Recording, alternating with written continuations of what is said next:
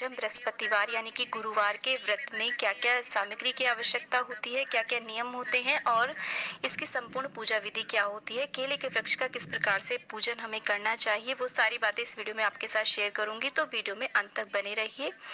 बृहस्पतिवार यानी कि गुरुवार के व्रत में केले के पेड़ की पूजा का बहुत ज़्यादा महत्व होता है। ये पूजा आप सुबह के समय पूर्व दिशा की ओर या उत्तर पूर्व दिशा की ओर मुख करके जहाँ केले का वृक्ष आपको मिल जाए वहां पर आप इसे कर सकते हैं।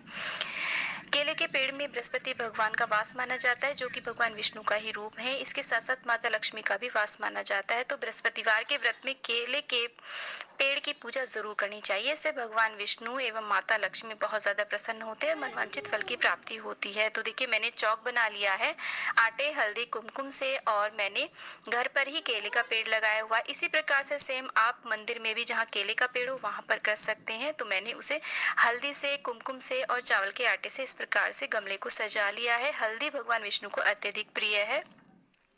इस दिन पीले रंग का बहुत महत्व होता है। पीले रंग के वस्त्र पहने, पीले आप आसन पर बैठे, पीले फल फूल और भोग प्रसाद भी आप पीला लें। आइए देख लेते हैं क्या क्या सामग्री हमें चाहिए। चने की दाल और सिक्के के रूप में कुछ दक्षिणा चाहिए भगवान विष्णु के पूजन में।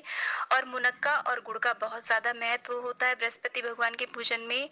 और साथ में देखिए, धूप और आरती के लिए मैंने यहाँ पर कपूर ली है और एक घी का दीपक बना लें। उसमें हो सके तो लौंग का जोड़ा डालें, बहुत ही शुभ रहता है। इस तरीके से पीले फल लें। केले का आप विशेष रूप से भोग लगाएं बृहस्पति भगवान को। और कोई भी मिठाई आपके पास उपलब्ध हो वो ले ले, तुलसी दल डाल करके।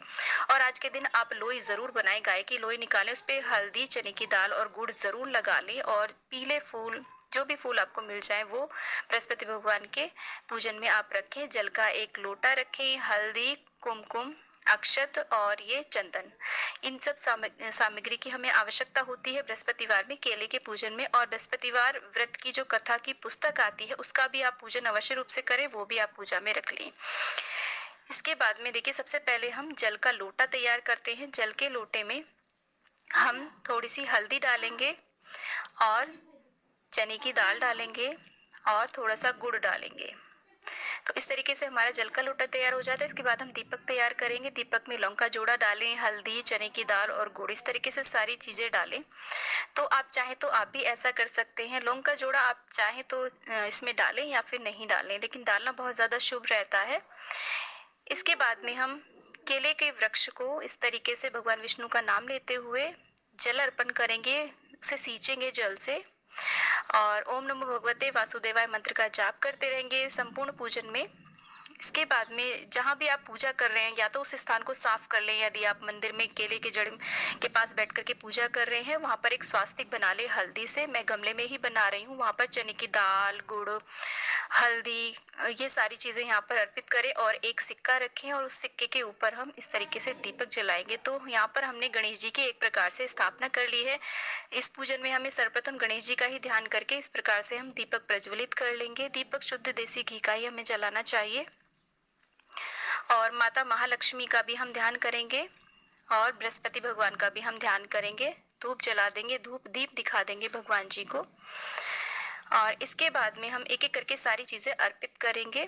देखिए, हम हल्दी से और चंदन से केले को इस प्रकार से तिलक करेंगे भगवान विष्णु का नाम लेते हुए। माता महालक्ष्मी का नाम लेते हुए हम यहाँ पर कुमकुम से भी तिलक करेंगे।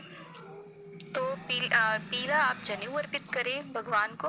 केले को इस तरीके से आप चाहे तो कच्चे सूत को हल्दी से रंग लें या फिर पीला कलावा आप इस तरीके से बांधे। तो ये वस्त्र रूपी कलावा हमने अर्पित कर दिया है।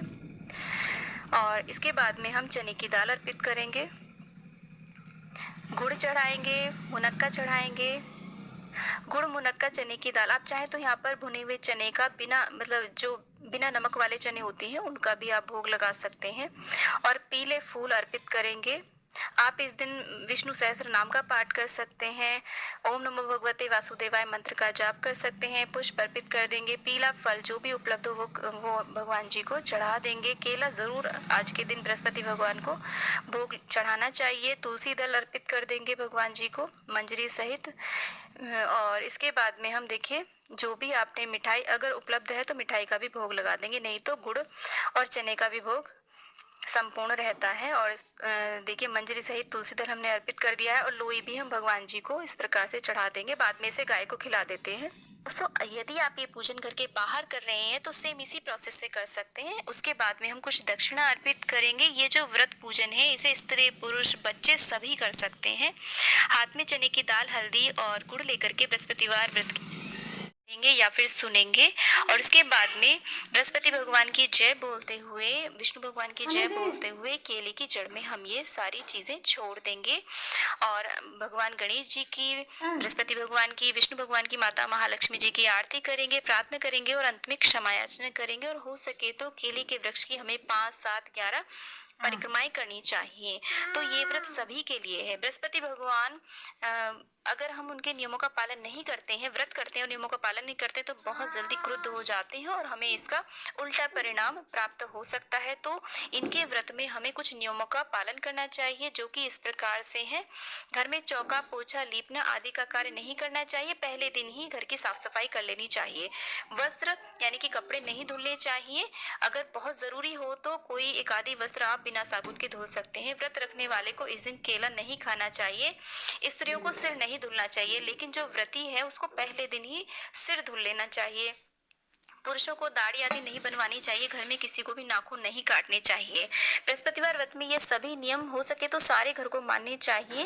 और गाय के लिए लोई जरूर निकालनी चाहिए। इस पूजन को करने के बाद में फलाहार ले सकते हैं। नमक इस व्रत में वर्जित माना जाता है। नमक नहीं खाना चाहिए इस व्रत में। दिन में आप दूध, चाय, कोई भी फल ले सकते हैं। शाम के समय एक समय पीला मीठा भोजन करना चाहिए, जैसे कि आप चाहें तो बेसन का हलवा खा सकते हैं। तो दोस्तों, वीडियो आपको अगर अच्छा लगा तो लाइक, शेयर एंड चैनल को जरूर सब्सक्राइब करें और कमेंट बॉक्स में विष्णु भगवान की जय आप अवश्य लिखें। आज के लिए इतना ही दोस्तों। हरे कृष्णा, राधे राधे।